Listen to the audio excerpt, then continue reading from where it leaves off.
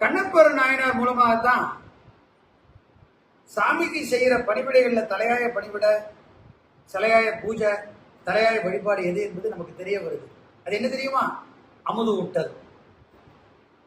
அவர் மூலமா தான் தெரியுது. மலையில காலத்தீபுரம் பார்த்த உடனே அவருக்கு என்ன தோணுது?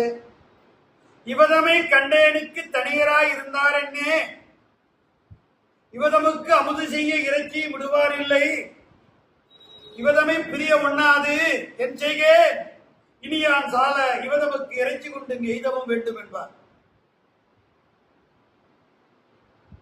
கவனிங்க, ரெண்டு சொல்றார். சாமி தனியா இருக்காரு, பசியோட இருக்காரு.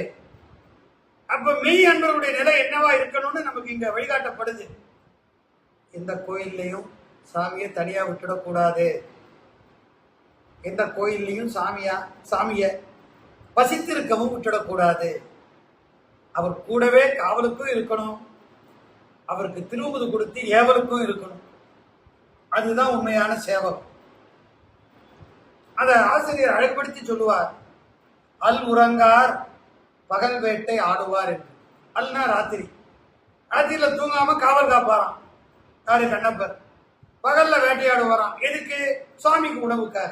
அப்ப இறைவருடைய திருவுமுதுக்காக பகல் வேட்டையும், இறைவருடைய பாதுகாப்புக்காக இரவுல காவலும், இந்த ரெண்டும் பண்ணியிருக்கிறார் கண்ணப்பர் என்று தெரியுது.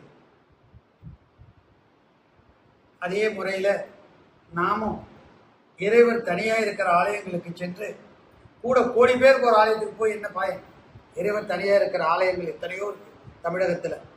ஆக்கூர் தாந்தவன்றிமாடம், திருச்செம்பூன் பள்ளி, திருப்பரியல் வீரட்டம், திருக்குறுக்கை வீரட்டம், ஏகப்பட்ட ஆலயங்கள், பாடல் பெற்ற தலங்கள், மூவர் திருவடி தாமரை மொய்த்த திருத்தலங்கள் ஏராளம்.